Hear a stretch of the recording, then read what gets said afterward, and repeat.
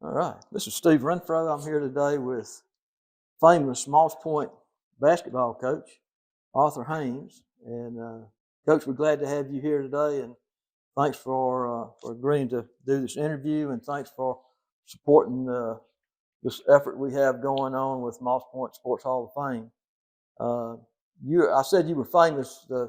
You're so famous. The high school gym here is named after you. So that's no small thing, and I look forward to exploring in this interview some things about your life and experience here in Moss Point. So let's just get going here. So where did you grow up, and what are the earliest memories you have of playing sports in the backyard or on the sandlot? My early childhood was spent at Enterprise, Mississippi, and I always played sports in the backyard. And basically, it wasn't a place for blacks to play back then. And all through my childhood, I played baseball, basketball. We didn't have no football at Enterprise, but in my younger days, I just played basketball. And during that time, I would always go and watch the whites play baseball. They had uniforms, playing under lights and stuff like that. And basically all we had was a stick ball thing. And we would go in passes and set up our little fields and play in the afternoon, or play whenever we wasn't working. And like, we didn't have gloves and stuff like that. So I was always doing the jobs and working. And going to Meridian, Enterprise Meridian, they had a little bus. And like on Saturdays, I can remember Mr. Cecil House would come and get us, and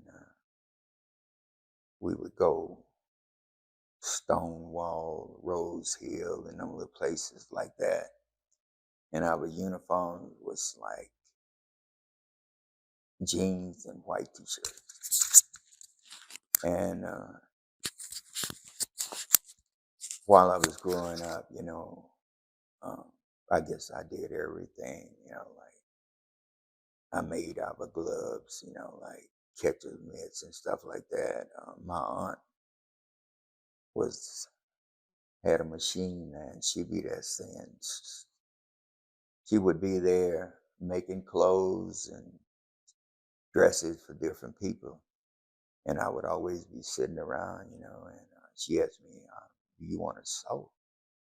And, like everything that she done, I was doing. If they was making quilts, stuff like that, they would give me a spot, and I would sew. So when we really got outside and started playing, like I would go to Meridian and I would spend my money. Sears and Roebuck was and they had everything, and I would go up to Sears and Roebuck and just walk around and look at all the sporting equipment, like catcher's mitts, balls, bats, and stuff like that, Like they had these rubber balls, like 25 cents. So I would have a quarter, and I would always keep a good ball. I'll go up there and get a ball, and then by us hitting with those flat bats, it would cut the ball, and, like we was playing, but I would always be the one, in the neighborhood to go up and get the balls. And after we got up, we was playing baseball, and we didn't have no gloves, and we didn't have no catcher's mitt. So I would take and cut out a piece of cloth and make the thumb and the part for mitt, and the cotton that I put in there was we'll find an old mattress somewhere, and I would take and stuff that in there, and then I would sew it up, and have it real thick. And I don't know how them guys use it to catch them, man, but they was using that to catch them and all of that kind of stuff. But this my early days, like basketball. It wasn't like it is today.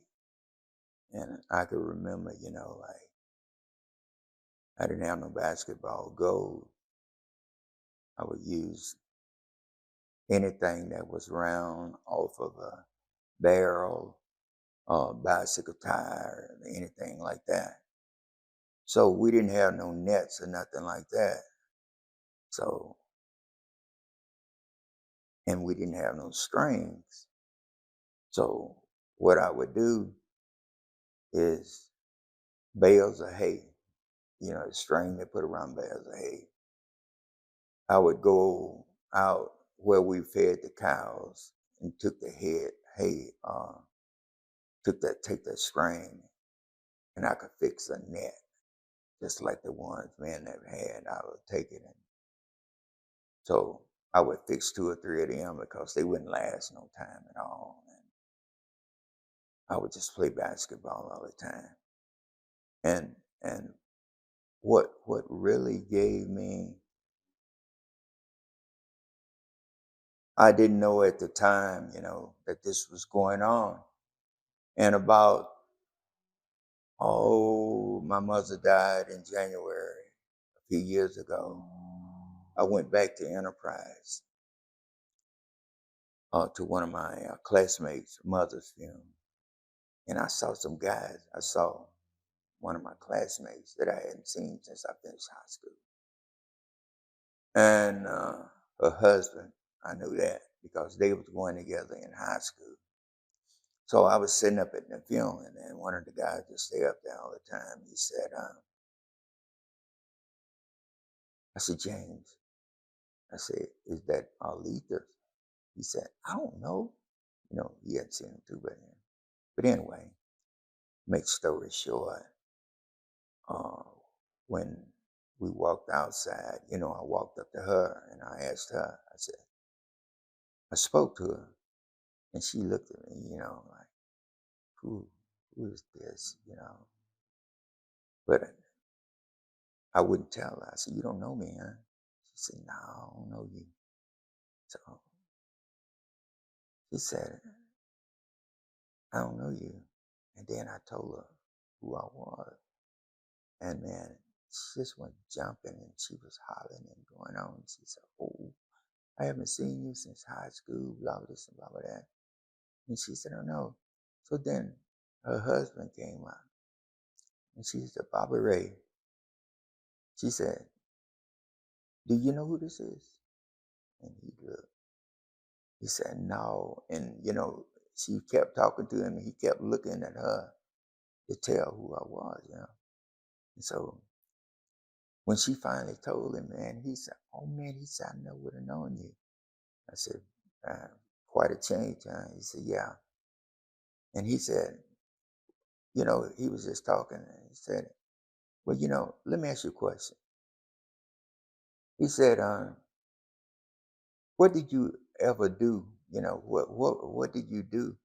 He said, when you was small coming up, he said you was always dribbling a basketball and saying that you were going to be a basketball coach. So I didn't heard that, and I didn't remember that. But he told me that when I was small, we was all coming up. He said I would always talk about I was going to be a basketball coach.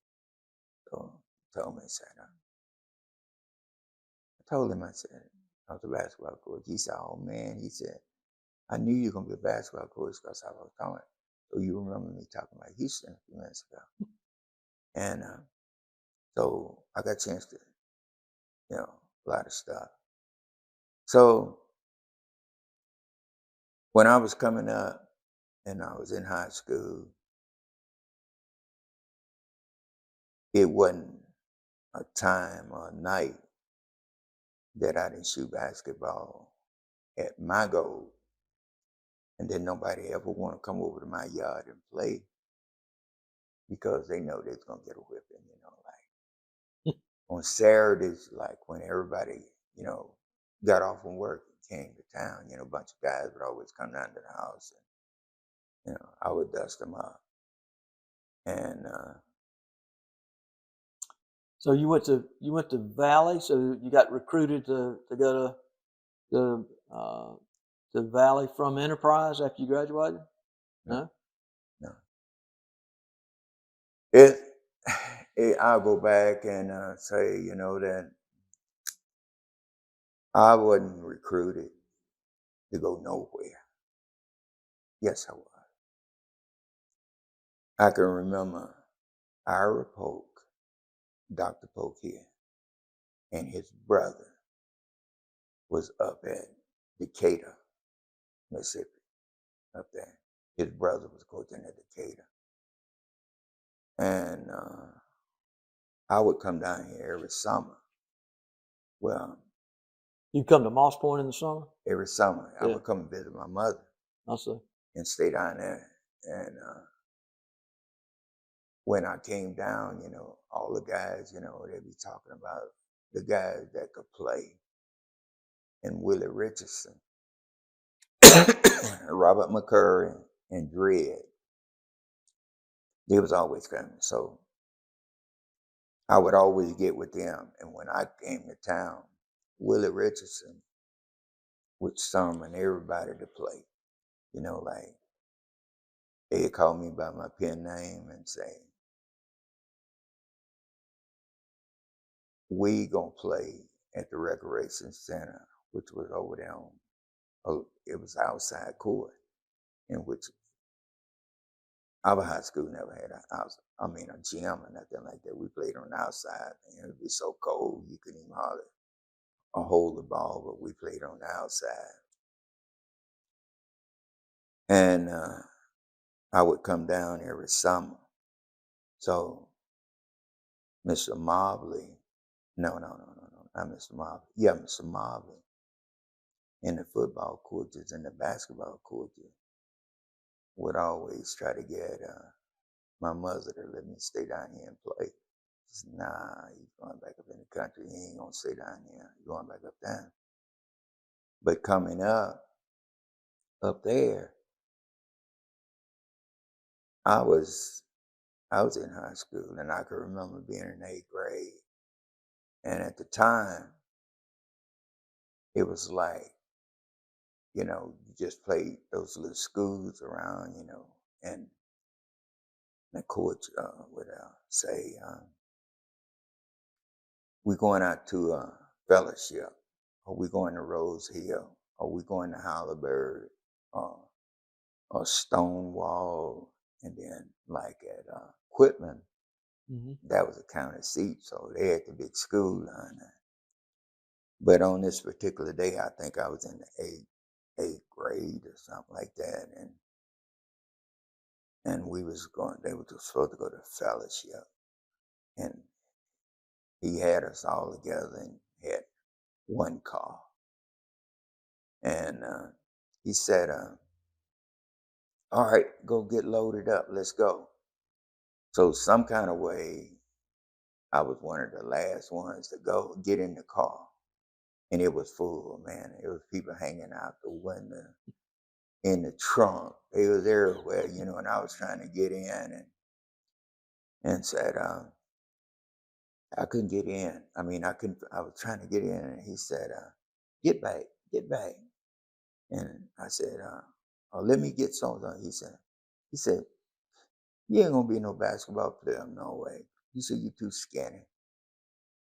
And man, so now that was one of the biggest hurts, like all the rest of the guys was going, and I had to go home, man.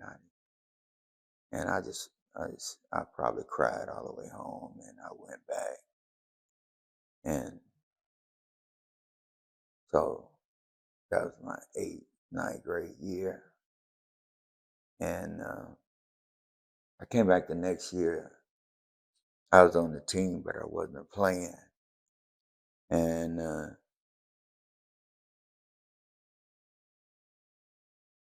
that summer, my 10th grade year, I was about 5'9", 5'8", something like that. And this guy came in and got it. Well, my mother, my aunt that I grew up with, she worked for them, and Mr. Clegg, he would always come and get me to go help him in the field. So that summer, he got sick, and he came and asked my aunt if I could go work for him. So now, this is plying a horse. You don't know what plying is, with a horse. I've read about it. I don't know. Okay. So all of that summer, I would have to get up in the morning, do my chores, like milk the cows, take them it's about 2 miles. I would have to take them about 2 miles to the pasture every day. So during this time, like, didn't nobody see me. And like those 2 miles, like, I was taking the cows to the pasture, and they wouldn't allow you to run the cows. They wouldn't let you run the cows, so they'd walk the cows. So along that way, it was a big German Shepherd. I had to pass that house. So that dog would come out, like, and, run from up under the house, man. He just, so I would never, ever. So I would always have a big stick going, like I would pick it up going and pass the house and lay the stick up on the corner. And I would run all the way back to that stick, but I would have to take and walk by that dog. So one morning, I was trying to hurry back because I had to go to work, and I forgot about that dog. And when I ran by that house, man, that dog came out and smacked me dead in the butt. Wow. Big German Shepherd bit me in the butt. So the lady came out, I was hollering, and she came out and got the dog off me. And she wanted to see the bite marks on it. But the bite marks, you had to pull your pants down, right? Yeah. So the lady was trying to pull my pants down. I wouldn't stand for that, man. I just went on. But that summer, I would go in the morning, and then I would go and work for him all day and come back. And I had to do the same chores. I had to go get the cows and bring them back and feed the hogs, chickens, get the wood, everything, because we had an iron stove. And I worked for him every day. And then, like, just before you go to school, Labor Day, back then, was the first day of school. But I would always come and visit my mother and stay down there, 2 or 3 weeks, So nobody saw me all that summer. So I didn't notice, but it happened. So I stayed down there all the summer, and remember me telling you that every time I would come down here, they wanted me to stay down here, and it was going like that. So that's my junior year. So when I went back, I was late going back. And so I guess the school was about a mile from where we stayed. So when I got back, school was already in. So I had to walk, to school. And I got there, back then they had recess. So I'm coming up the road and everybody was outside looking. They was outside playing and whatever they was doing. But when I started up, it was like everybody turned around and like, who is that coming up the street? So when I got up on campus up there, everybody was like, wow, man, we didn't know who you were. I had grew 6 inches. Really? I had grew 6 inches. And That's between 8th and 9th grade? it's 9th and 10th. Not between 9th and 10th? Yeah. And so, So instead of 5'8", now you're about 6'2", yeah, 6'3", wow. something like that. But I only weighed 160 pounds. So now, when basketball started,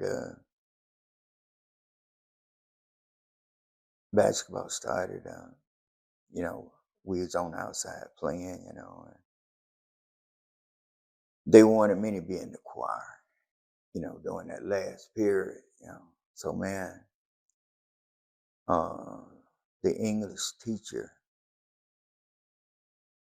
had grew up in my aunt's house too. And everything that I would do at school, like he would play, man. So at that time, Elvis Presley was beating his hips and he would jump around, and like the guys be outside practicing basketball. And I'm standing up looking and really not paying no attention in here, And I can remember one day, up in there, like choir was singing and something like that. And then I started doing some kind of Elvis Presley impersonation, man. And he went home and he told all this right here. I didn't want to go. But when I started going out practicing basketball, the guys that had been playing, before, and, I was just on the team, and like it was 27 in our class, and I think we had about 9 or 10 guys in there. And we had about 5 or 6 of them with my height that played on the team. So I started shooting, and so every day the guys would come out and say, man, I'm going out there and watch practice and watch Haynes shoot. So this went on, man. And so the guys that had been high score and stuff like that, like now I'm coming, And he said, game started. But I was always sick. I had tonsillitis, man, and I couldn't hardly walk, sometime, and I'd be so too. So, you had these little shorts. It was cold as all outdoors. And sometimes, I would be so sick, man, I couldn't hardly walk, but I couldn't tell my aunt that because I know what she's going to do. She's going to make me quit, because I'm sick. So in this first game, we go out and we're playing. And he come down, man, and I'm playing the off guard. David is playing. David, we was the same size, man. He's still the same size he was when we was playing. He handling the ball, and I'm off guard. He come down, man. He passed me the ball. Just get up and pop. Every time he gives me the ball, I'm just pop, pop, pop. So the guy that was the high scorer, he came by and he said, pass the ball. I was being shoot. So, yeah, it's pop, pop, pop. So he said, finally, he's coming down, he said, pass the ball. He's cursing and going on. So I looked at him, like that right there, and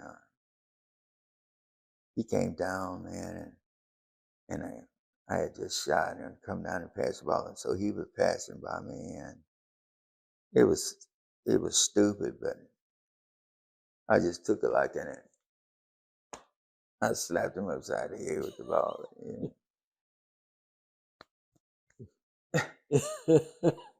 Get out! Come out! What's wrong with you? So that was it in high school, but I went on, and it was my senior year, and back then they had field day. Field day is where all the schools in the county will come up and they be racing and all kind of stuff. So coach told me, he said, I'm gonna put you in the free throw shooting contest. Is that okay? So I won. I won the free throw contest. But in the meantime, like we had guys that had been high jumping and all of that kind of stuff, and I would always just, like come in, and when it got over 5 feet or something like that, I'm gone because I wasn't doing it. So one evening I came in and I was out there, and some guys be jumping from this side and some guys be jumping from that side. At the time they had they scissors. They come in and kick up and just scissor over, and then they had the eastern roll and the western roll. So I'm coming in from this side, and I'm just jumping and scissoring over there. So the guys coming from that side, I said, I'm gonna try this in from this side, So I was gonna come in and do the same thing I did on that side. But instead, I came in and I jumped off this foot and, just roll over. So now, man, I'm jumping almost 6 feet. Wow. So when that time came up, he said, I had just won the free throw shooting contest. And he came up and he said, I'm going to put you in high jumping. And I said, yeah. So I said, okay. So now the guys that have been high jumping, like I'm out jumping them. And Quitman was the big time school. And we had some guys, man, them guys were so fast, man. They was backing up, clowning and going on, running. I always told them, I said, man, I was stupid, man. Y'all be out here just running like fools, and I couldn't see that. So I got high jumping. I was high jumping. Everybody was going out. And at that time, they had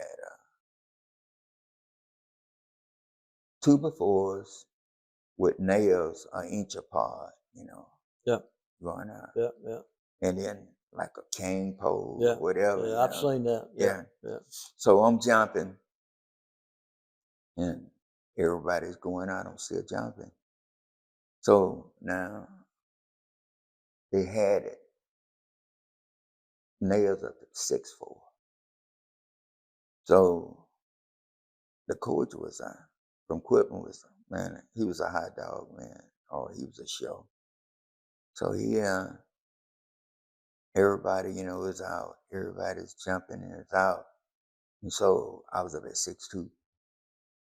And everybody's going out. Everybody's going out. So he said, everybody's out. He said, do you want to jump?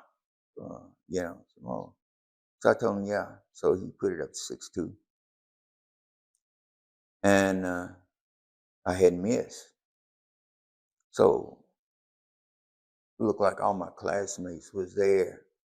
And all the girls were standing around, come on, don't jump, don't jump.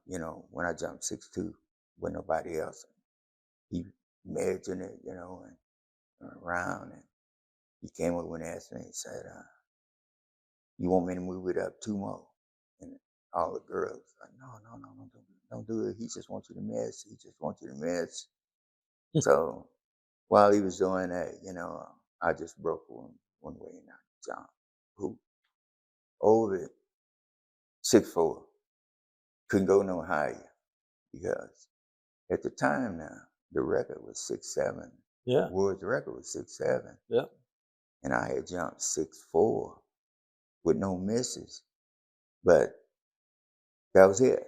You ran out of nails. They I didn't have no more nails, so they that's couldn't all raise high I any could higher. go. Yeah, So you jumped the highest nail then. That's as 6'4". as Wow. high as they had at that time, and it was a story, like it's a story behind everything, I guess. But anyway, 36 years after that happened, I was up at Enterprise up there. We had a class reunion. 36 years we had been out. And then, like all the kids was there during that time. And we went down to one of the girls' houses. And we was standing up talking, and there's a bunch of guys. They must have been small kids, and they was talking about us back then. And they was asking all the rest of the guys. They came up. They said, whatever happened to, Arthur Haynes? We hadn't seen him. And I said, man, I can remember the day that he was high jumping and blah, blah, this and blah, blah, that right there. So they just kept talking. So we standing up there looking at them, and they was looking at me, and, we weren't saying, we just listened to them. And finally they said, that's him right there. And man, when he said that, man, they acting like they were little kids. Man, they were just jumping, man, and hollering and going on. But you was asking me about going to scholarship. Well, at the end of the year, my principal was Faulkner, and one day we was in the room, and he came in the back door, and he had this guy with him. He said,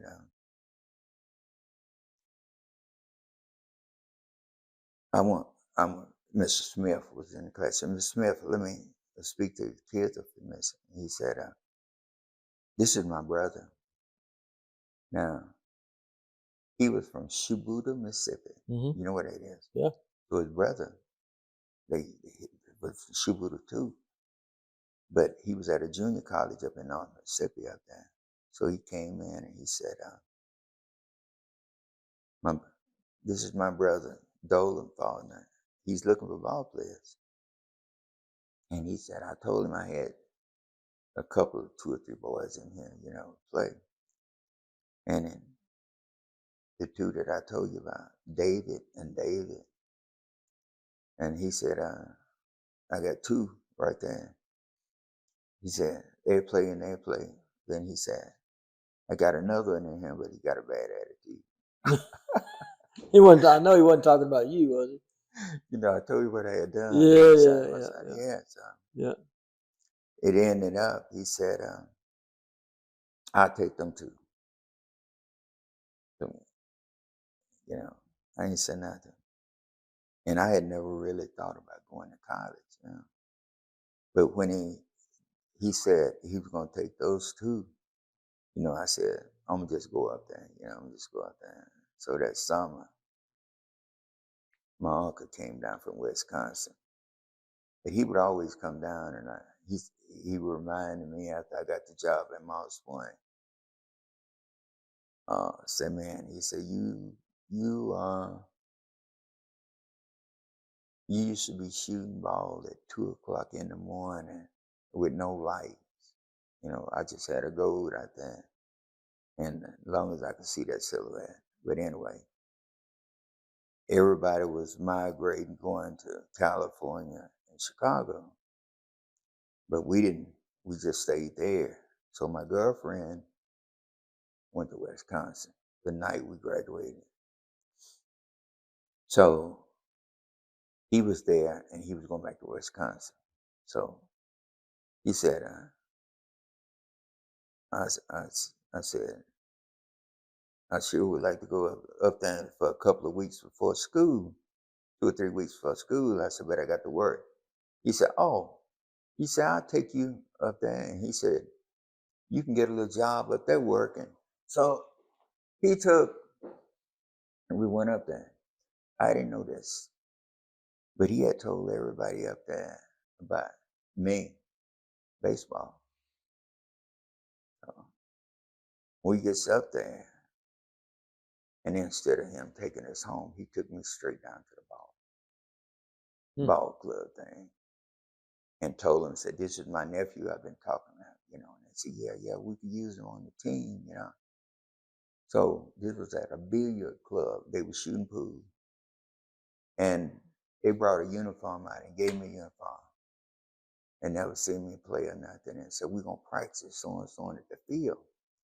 And they said, what do you do? I said, I pitch. So they said, oh yeah, he's a pitch. So I went to practice the next day. Uncle said nothing about no job or nothing. So I went there and they said, okay, we're going to let you throw.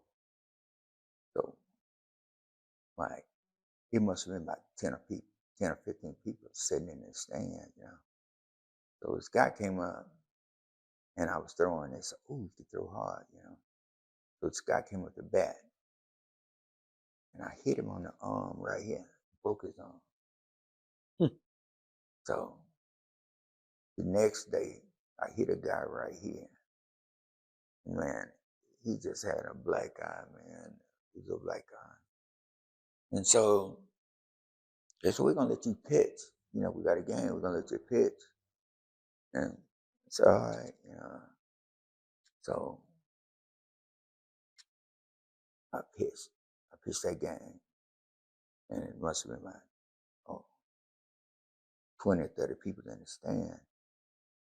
So the next game, we came out there, man, it looked like it must have been about 150 people, in the stand.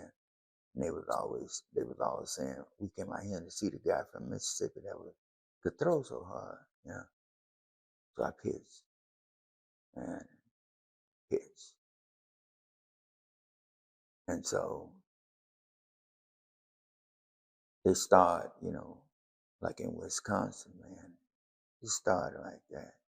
And in the meantime, right up the street was a basketball thing. Basketball, the record, gold and stuff like this. And there was a little short guy up there. Man, so my cousin, we walked up to the basement, and he was up there. He stayed right across the street. And he came out, he was mouthing off, man, I'll beat your long, hey, man, blah, blah, this and blah, blah, that right there. Can't nobody beat me. So he said, you want to play some one-on-one? And I took him to school. So by him staying there, every day somebody come up there, he'll run down the street and get me and say, he'll tell him, that I'll go get my partner and we'll just wait you out. So then the street, they hit on the street, like on the weekend, these guys go play Kenosha, to go play different parks. So that morning, cars was lined up on the street. And they came in and they asked my aunt if I could go play with him. And she said, I don't know. She said, he don't know nothing about up here. But she said, make sure you take care of him. So we went over to Kenosha, Wisconsin, on the outside court to play. And a bunch of guys there, man. They was college guys and everything. And I wore them out. So after it was over, this guy came up to me and he said, how would you like to go to Marquette University? Didn't know nothing about nothing, right? So I said, no. I said, I'm going back to Mississippi and go to junior college. He said, man, we sure would like to have you at Marquette University. Marquette. Yeah, Marquette. Wow, wow. Yeah, Marquette. So I said, no. So the next weekend, we went somewhere else. And the same guy, man, came up to me again and said, man, he said, we would love to have you go to school up here. Dumb and didn't know nothing about nothing, no way, because up in the Enterprise, man, nobody been going to college and nothing like that, you know. I said, now I'm going back to Oklahoma. I said, I'm going to play at junior college. Didn't have no scholarship or nothing, but I was going to go play just because my buddies was there. So, baseball going on. So, they said the All-Stars is going to be here at the stadium, which was right up the street. And they said, we want you to pitch for us tonight. I mean, we want you to pitch. So, you know, like, I could always see that stadium down there. And it was like, man, I've never seen no stadium before, you know, coming from Mississippi. And lights, playing at night, too. The only lights that I saw somebody play was the boys, you know, from Enterprise. Yeah, man, I would go watch them, you know. And man, they'd be out there playing, man. So that night, we got ready to play. Go to the game. I put my uniform on, and I was walking the street, going up there. And man, closest I got to it, man, I could just hear you know, people just and I guess the fence must have been about 12 feet, 10, 11 feet high. So I'm walking there, and it's lights, man, it's bright. And I could see, you know, high, all of these people up in the stand. So I got there, and I looked.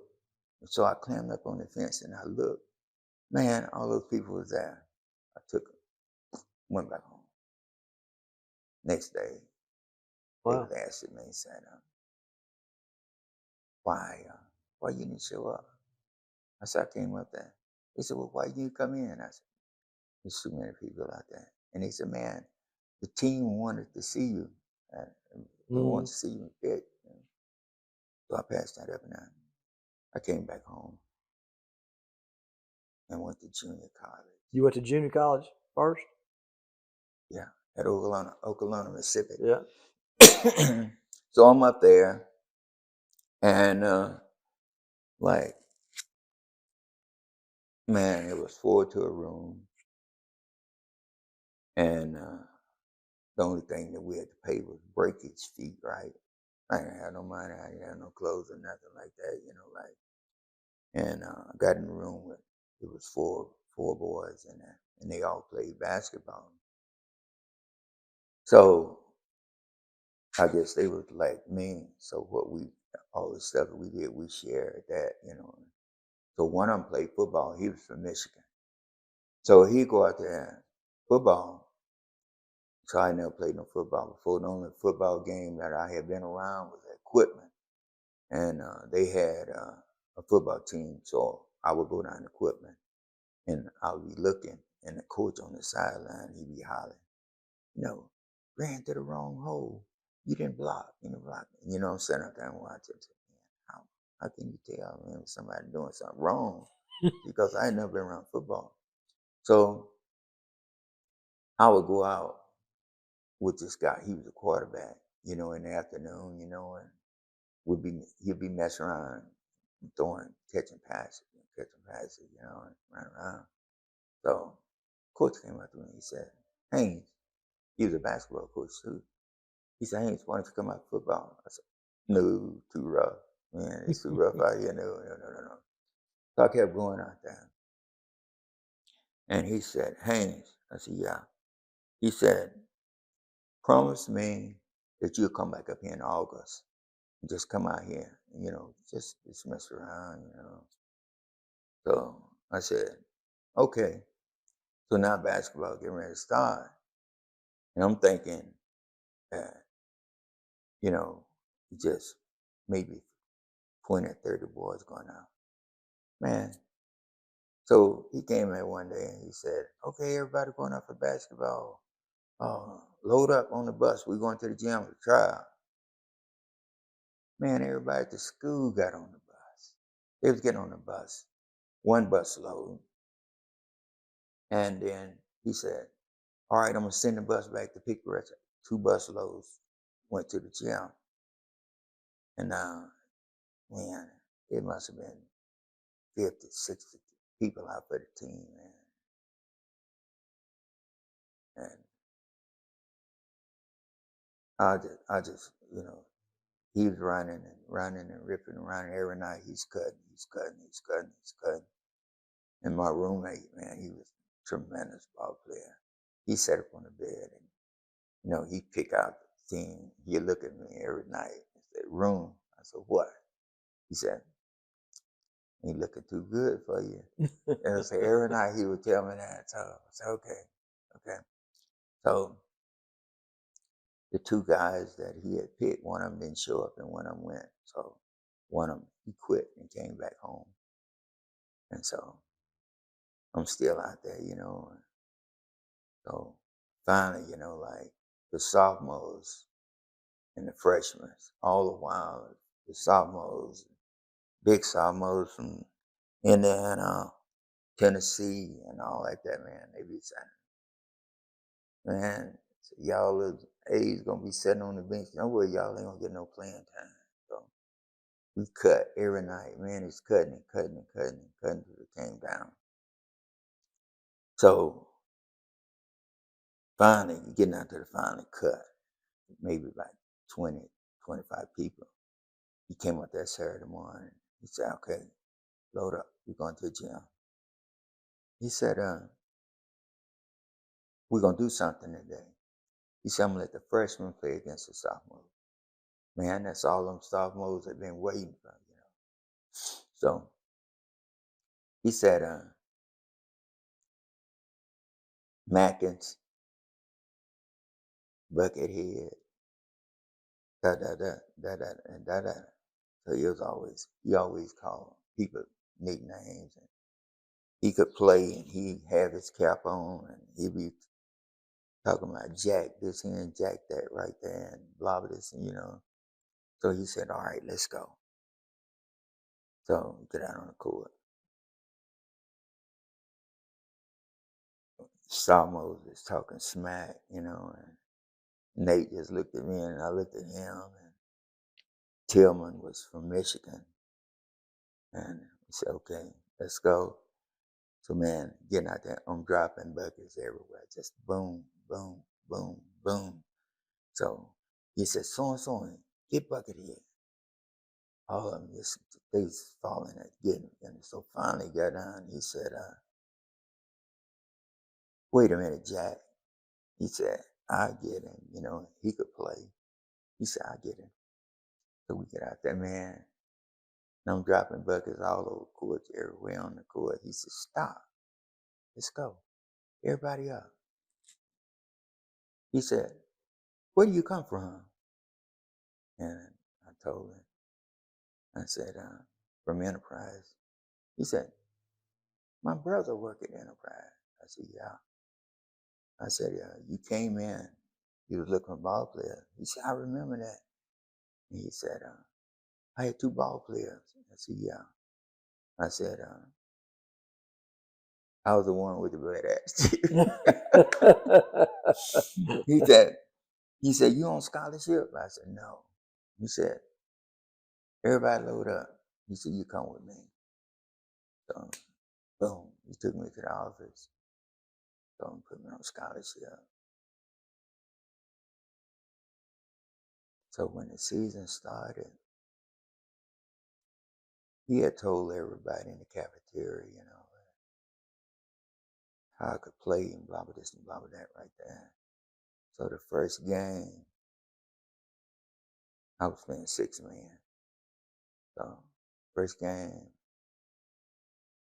I was shooting and looked like would nothing go in, the ball go around and pop out. And I think I hit something like 3 points.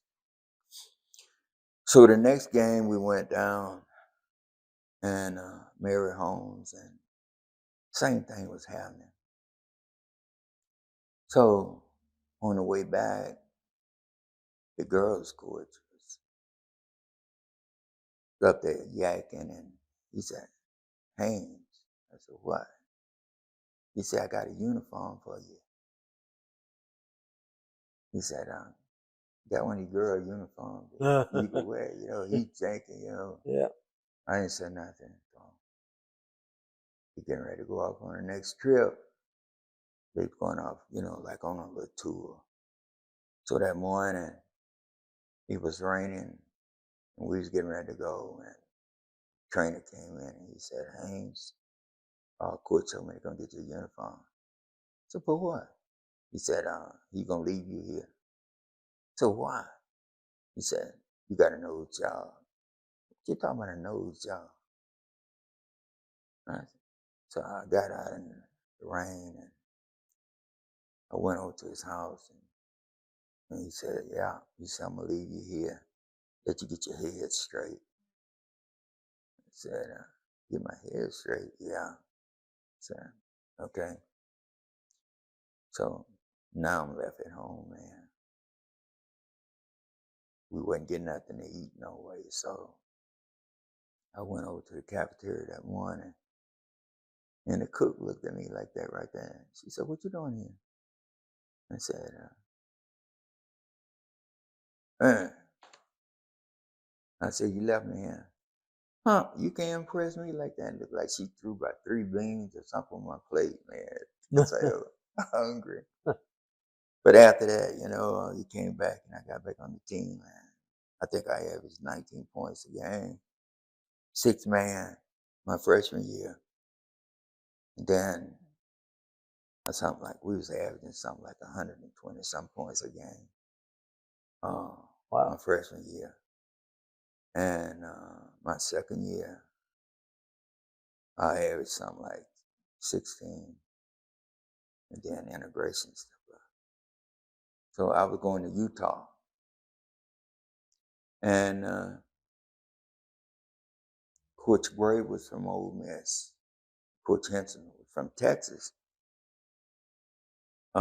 He had just got the job, and they wanted to get some blacks on the team. So he came in and said they was from Hardin-Simmons University in Abilene, Texas. And Coach came in and he said, "I want you guys to go down to the gym. They want to see you play." So we went down to the gym, and we were playing. And the head coach, which was Henson, Henson, probably later he coached at Illinois, University of Illinois, big time coach up there. But he was just starting coaching, so we went out. So Coach Henson wanted Nate, and the assistant wanted me. So he said, "Let's take both of them." So I said, "Okay." So that summer, we told him we needed a job. He took us up to Lanark, Illinois, working on a pea farm. So in Lanark, wasn't no blacks in there. So we had to work on a pea farm. So we worked up there all summer. Then we went back out at Texas out there at Hardin-Simmons University, which was a Baptist school. But they had a football team. They had a basketball team. But they didn't have no blacks going to school then. So we got there that day, and football team was eating lunch. And we walked in the gym, and like everybody took it like, whew. He looked, and they said, "This is the basketball coach, and he want to introduce these 2 guys to you." He said, they're going to be going to school here and playing basketball." He looked, whole team got up, Really? walked out. Really? Yeah. And So This was in Illinois? Huh? Where was this now? Abilene, Texas. Abilene, oh, I'm sorry. Abilene, Texas. Hardin-Summer University. Hardin, okay. So we was the first blacks to play there. And man, all that year, man, it was like hell. We didn't have nowhere to go. We couldn't go nowhere. So the only entertainment we were doing was ourselves on the weekend, Like Ambrose was there and Nate was there, and they was always mouthing off what they could do. So we go out and play tennis, whatever, go basketball. So we go downtown, we might go down and get a hamburger or something like that, Or the guys would bring us something out there. So at the end of spring, the first year, track season was coming out. Now, and they was bragging about, what they could do. I always just laughed at them, So you go out, they out jumping hurlers, they throwing the javelin, they doing all kind of stuff out on the field out there, And they was always competing against tennis, they was always competing. So I would always just laugh, like they was always somewhere beating each other. And sometimes, I would play, I would do. So they went over to the high jump pit, and they was over there, and I was sitting up there looking at them, and it must have been about 3-6 or something. They was trying to jump 3-6, and I was laughing at them. And they said they didn't know that I high jump. So they said, "What the hell are you laughing at? You can't jump it." I said, "I'll tell you what you do." I said, "Put it on 5, like that." So at the time, basketball season was over, and we didn't know what was going on. But how coaches meet at the gym, office and stuff like that. So while we was out there doing that, we didn't know that we were being watched from the gym. So when they put it up on 5 feet, and I just stepped up and I jumped 5 feet so easy, we saw all the windows like, wow, "Hey, you boys, come up here." And he said, "How come you out for track?" And I said, "No, man." They said, "You was high jumping." I said, "Yeah." "Did you ever high jump before?" I said, "Yeah." They said, "How high did you jump?" I said, "High school." I said, "I jumped 6'4". They said, 6'4". They said, "We ain't got nobody jumping 5'6" here." They said, "How about you coming out and jumping for us?" I said, "I don't know." They said, "Oh, just come out here. Just come out here and be here so and so and so and so." So I goes out, and I'm sitting there. So he came up to me. He said, "I'm gonna put you in the hurlers." I said, "Hurlers?" "No." So, man, I had never jumped no hurlers in my life, and so all the rest of those guys that be jumping hurlers, how you step hurlers. I'm coming down there jumping up like some kind of kangaroo jumping. Man, the people just falling out in the bleachers, laughing and going on, man. I said, "Man, made a fool out of me." See, he made a fool out of me, So now high jump come up, I think I did something like 6'2" without no practice or nothing. So he said, "Okay, yeah, we get the points, So we went over to McMurray, which was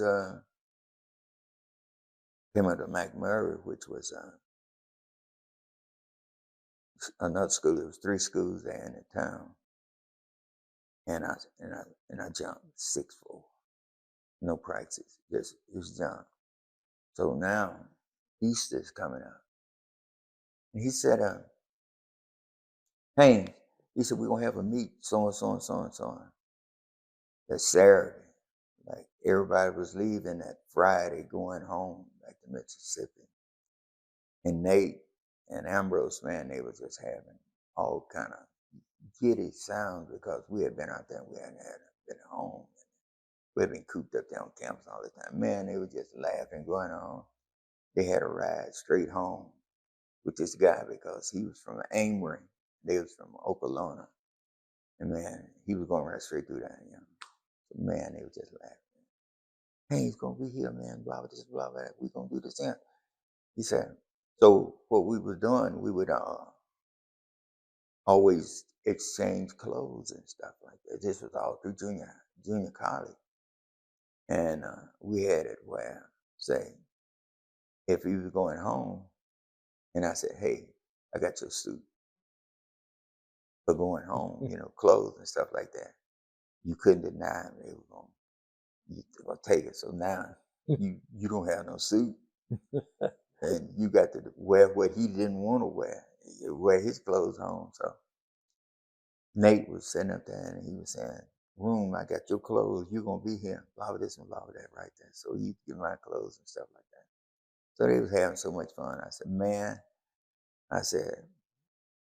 I'm going home too. All right. So now I went home, and at the time there was a gas war going on. How much you think a gallon of gas was then? Probably about 30, 40 cents. That was about enough to go home with. Gas was 3 cents a gallon. 3. Gas was 3 cents a gallon. So I bought gas. I filled the tank up less than $0.50. That's what I was saying. But when I got back to campus, man, coach, he ran out there, man, and said, Haynes. I said, yeah. He said, what were you? I said, I went home. He said, man, track coach is pissed off. I said, why? He said, he was looking for you to be in the meet. And he said, you done messed up. I said, why? He said, because he was going to give you half a scholarship, and I was going to give you half a scholarship. And he said, now he's going to give a scholarship. I said, okay. So both of them pissed off with me. And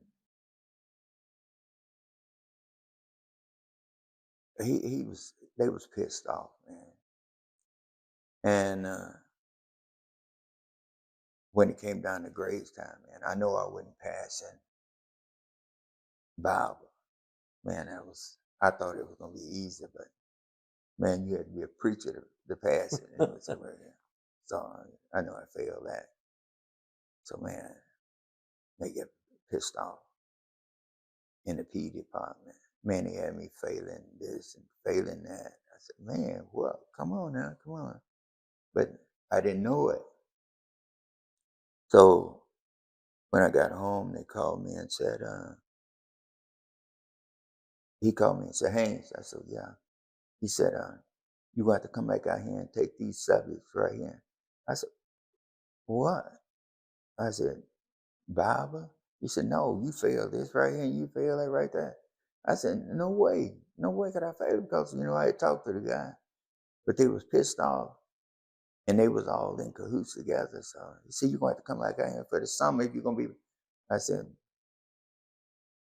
he said, call me and let me know what you're going to do. I called him up and told him, I said, I ain't coming back.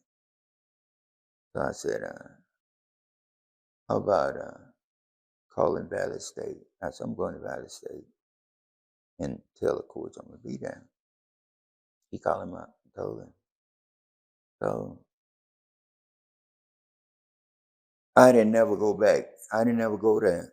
I didn't never go up in the office to see him when I got there. So I went down and I didn't have no money and I didn't know how I was going to go there. So I went and registered and I asked for a work aid. So he said, we don't give work aid. I had a student loan. I applied for a student loan, got a student loan.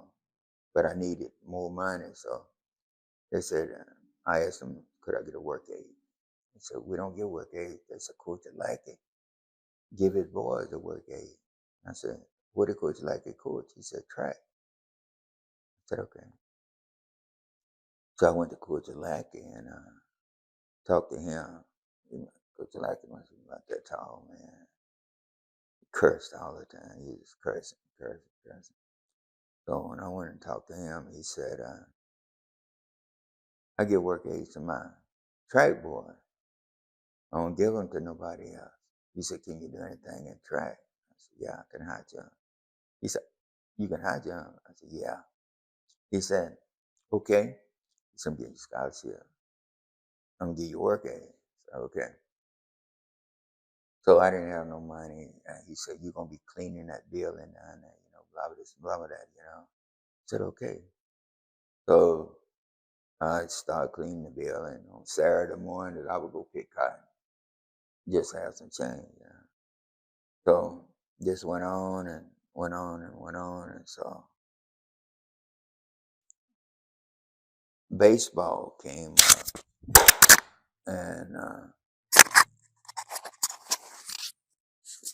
I started messing around baseball, throwing me and another guy throwing every evening. And so basketball, I went out for basketball, and the guy was playing some guys that didn't supposed to be playing, but they was on scholarship, and he couldn't afford, say somebody went on scholarship playing. So Christmas came up, and we was going off on a trip, and he said, "You guys come over this afternoon and look at the list, and those are the guys that we're gonna be taking." And he said, if your name wasn't on the list, he said, I want you back the day after Christmas, back, for practicing. So me and a couple more guys, that we'd be beating up guys out, playing. But these guys were on scholarship. So we looked up there, and I'm coming in the door. He came back and he said, Haynes, he said,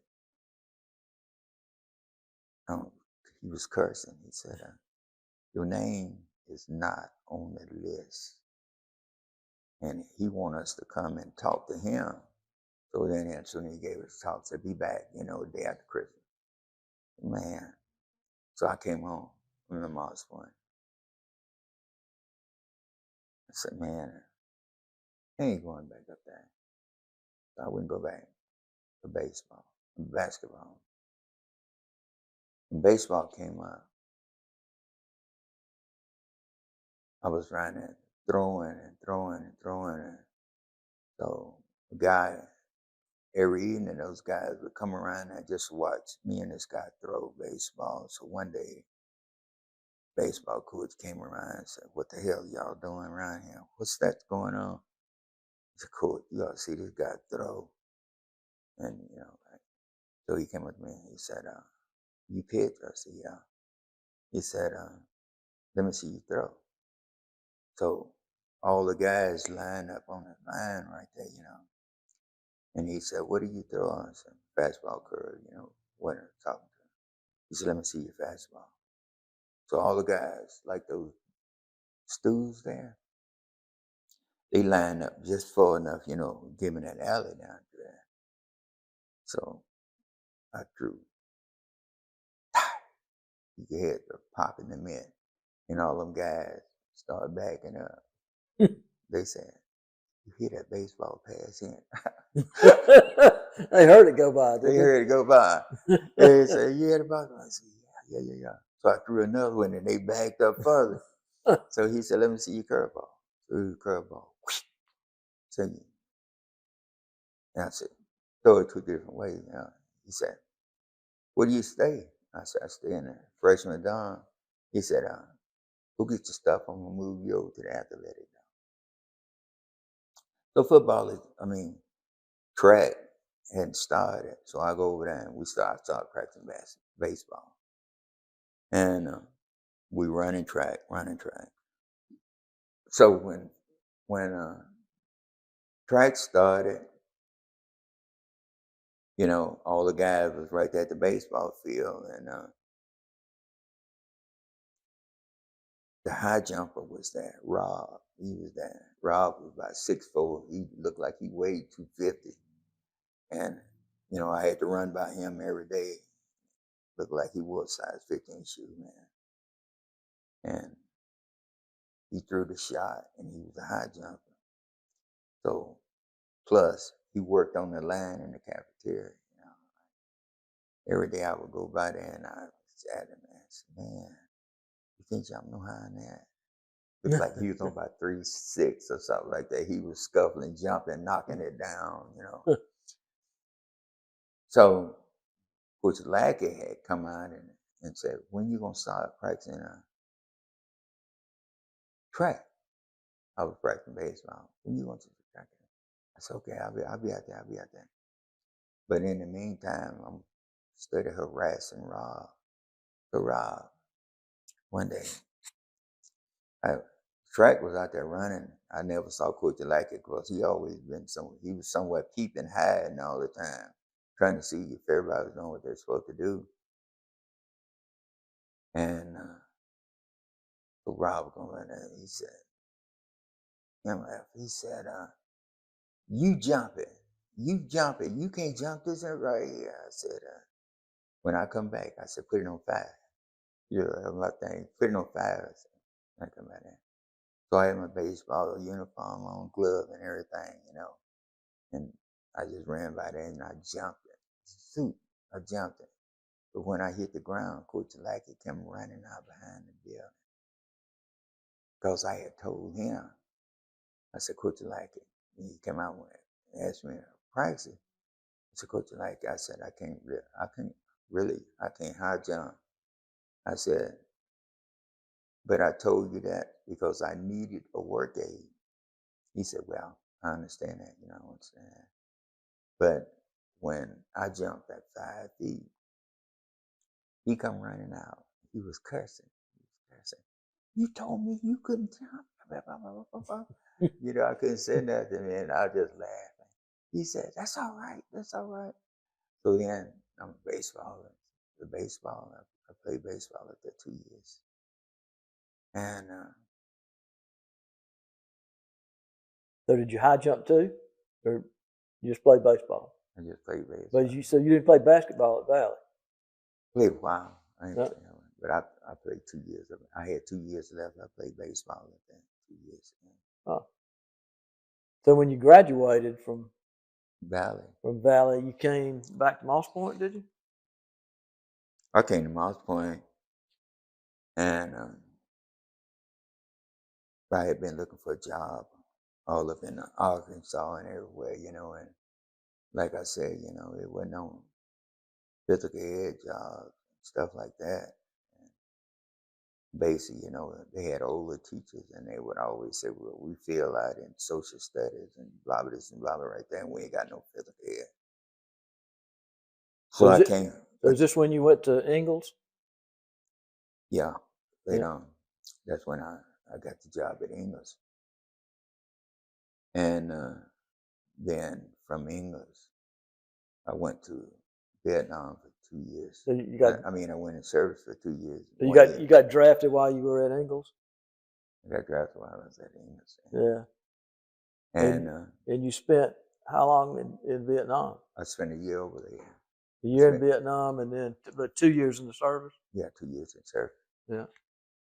And I came back, and I had to decide whether I wanted to stay down here or go somewhere else,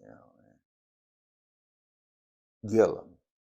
Did you ever know Johnny Gillum? He was working in Biloxi. So he told me, he said, Haynes, you can come over and work with me in Biloxi. He was a football coach. So I told him, I said, no. I said, I don't want to cripple nobody. I said, I don't know that much about football. So I said, I turned the job down because I didn't think I knew enough about football. to coach football, and I didn't want to just be out there. So that was the only job that was offered to me, and I turned it down, and I got the job at English. Yeah. And in December they drafted me. I went to Vietnam, came back. I still couldn't get no job. And then one day, oh, oh yeah, thank you.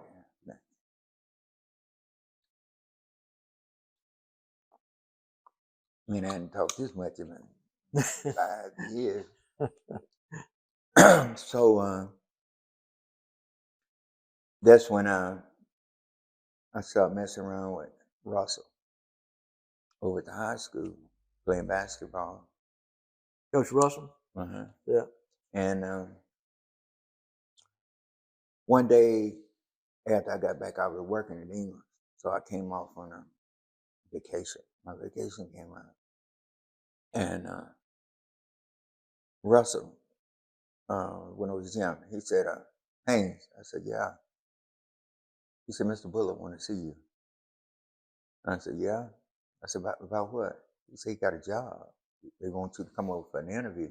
Mr. Bullock was a principal. I mean, he was superintendent, right? Yeah. And I said, okay. So I went over and talked to Mr. Bullock, and he said, I'm going to send you down to Carl Ely building. He was a principal down there. His name was Bullock, too. But he was from up from Lucille, but I think they was all related now. Yeah. So when I got through with the interview with Mr. Bullock, he sent me down there. And he said, you got the job. You know, you're going to be the PE instructor, probably something like that. So I said, okay. So I started working, and Hal Holmes and Coach Holmes. Well, see, Coach Holmes, it seen me because I was playing with Russell and them, and, you know, playing the high school gym. So when when Harold was in my class, so I had Mr. Barry to build me a ping pong table, you know, for that trailer. And, you know, I had stuff and all that. So Hal would always come in, you know, and want to play table tennis. I'd be playing him. And then he'd be telling me, he said, my daddy said you was quick as a cat. Yeah, he's talking about, that was Coach Holmes always telling me, talking about, Haynes, you quick as a cat, you know. So Mr. Hollis, do you know Mr. Hollis? Yeah. Mr. Hollis was the principal. No, he was the football coach at Ed Mayo. Right. And they had hired another guy for basketball. So I'm over there working at Carl Ely, and Russell told me, he said, man, he said, basketball coach out at Ed Mill don't want to coach basketball. He's going to quit. Yep. So I said, man, let me have that job. So I went to Mr. Bullock and told Mr. Bullock, basketball player, you know. I said, let me go out there and coach the boys since he's going to quit. He said, nah. He said, he's going to finish this year out. And maybe next year, you know, we'll consider, you know, coaching that. I said, all right. So when the year was up, he told me, he said, we're going to hire you physical ed and basketball coach at ML. So Mr. Hollis was the football coach. So Mr. Hollis went into assistant principal. So they brought in Skip Beasley. You know Skip? Mm-hmm. Yeah. Skip Beasley was out there. So now me and Skip is at ML. So he didn't have no assistant. And I didn't have no assistant. So one day he came to me and he said, Haynes, I said, yeah. He said, "How about you helping me in football?" I said, "Nah, I don't know that much about football, man." So he's still thinking I ain't know nothing about football. He said, "Man," he said, "Haynes," he said, "I need you to help me out." He said, "All I want you to do is work with my linemen. Teach them how to get in a stand, how to foul, how to block, block this and block that right there." And he said, "I'll take care of the rest of it." It's okay. So I went out there, man. I must have had about 30, 40 boys, man. I worked the sled. Every day I worked the sled. I teach them, man. Yeah. 7th, 8th, and 9th grader. I treated the 7th graders just like they was 8th and 9th graders. All they had to do, get on, get in a good stance, teach stance, find out, stand low on the block, popping the sled. So, man, we got out there, and I got them out on that sled, that 7-man sled. And, man, come off, pop, pop. Don't come off like you're playing a piano, like pop, pop, pop, pop, man. We got, man, we just got that drive, man. And like everybody was treating that Mayo like they was a homecoming team. Everybody wanted to play at Mayo. Everybody beat Mayo. Magnolia was over there. They was, I think Hale was the quarterback, and they was beating people up over there. And we got out there, man, and so we started practicing. So first year, we started beating people. Next year, that was in football. In basketball, it was the same way, So I think this is what got me started off bad with the referees. They got pissed off with me out of the Mayo. And then when I came to high school, it was just a carryover. See, it wasn't it wasn't basketball at Ed Mayo that I didn't practice or either we was playing. So we was going 7 days a week. On Sundays, Saturday morning at 9 o'clock, we'll be in the gym practicing. On Sundays, after church, between 2 and 5 or 6 after they got out, I'll be at the gym practicing. So referees come out, and like they was coming out for just a check. I said it was coming out for a check, man. They be calling the game all kind of ways, and letting the guys beat my boys up and stuff like that, man. And I couldn't take that. So I would tell them, I said, man, look, I said, there's no sense in you guys come out here calling a junior high game like that. I said, if you just coming out here for the check, I said, I'll pay you and you can get your rear end out of here right now. Bobby, I said, man, they were pissed off with me, and then they just start calling the game, grudge game. We still winning, And we played a team from Pascagoula. Man, it was just like we still win. We playing hard, and referees calling the game the way they wanted to call it and treating that Mayo a certain way. So got that way in football, and we started beating people in football. And we found out later on that the coaches from Pascagoula, Goche, places like that, was sending to Jackson checking on our guys for birth certificate because they said we were playing guys too old. But we wasn't playing guys too old. It was just like, Yeah. So we played like this in basketball.